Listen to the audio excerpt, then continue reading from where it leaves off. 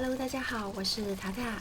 过年这段期间，想不到可以做什么菜，可以来试试这道简单的年糕汤。年糕不仅可以炸，像这样简单的煮一下，就好吃得不得了。先来处理干香菇的部分，大约用10倍的水泡开。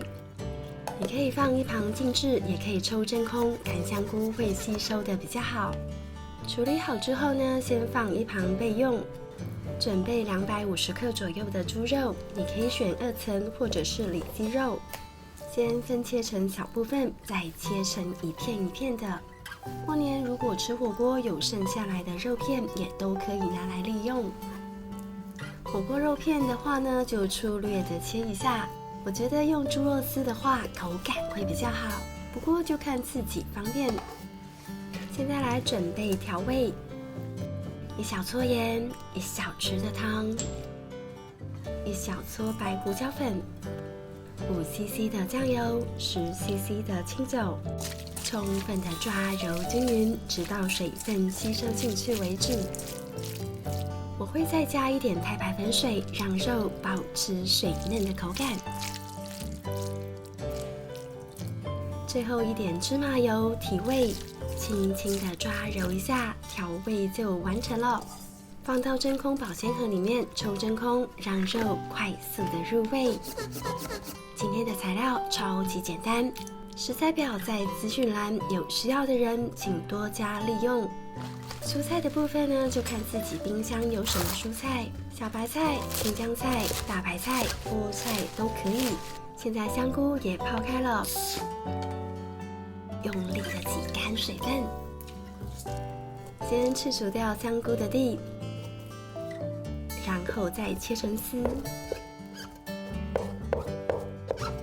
最后一样呢，就是这个宁波年糕啦。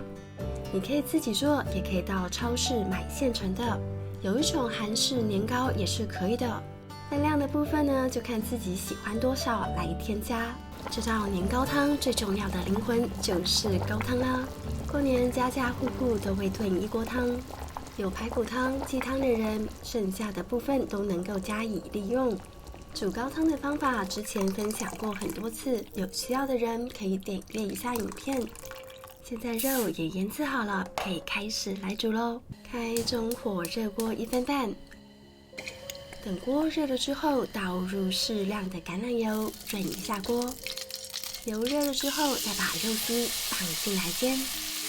用筷子慢慢的炒开，我们大概炒到半熟的时候，就可以把香菇放进来了，跟肉丝稍微的翻炒一下，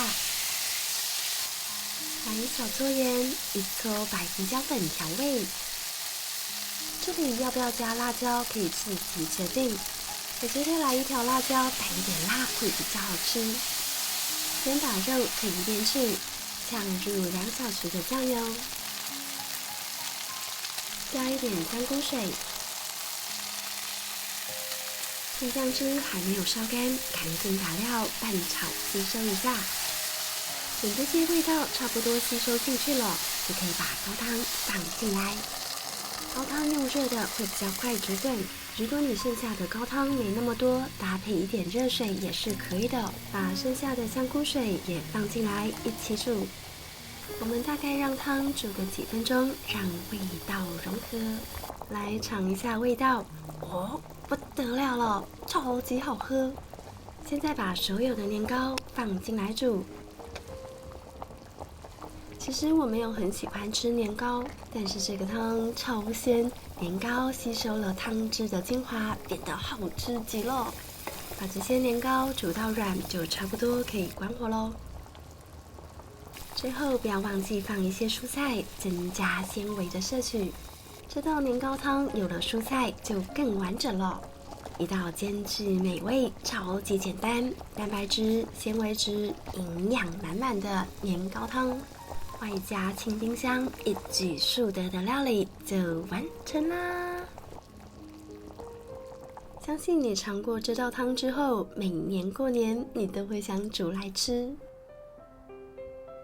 好啦，看得我肚子都咕噜咕噜的叫了，那我又开动喽！光看这个汤色就知道浓郁又鲜美。年糕吸饱了汤汁，软乎乎的，超好吃。或许知道年糕汤在你家跟在我家煮的配方不同，但是它们都代表着记忆中家的味道。有些人会加油葱酥，那也是很好吃的版本。好了，今天的影片就到这里，希望大家有机会可以来试试这道非常棒的年糕汤。喜欢我的分享，记得帮我点赞跟订阅，还要开启小铃铛哦。那我们下次再见，拜拜。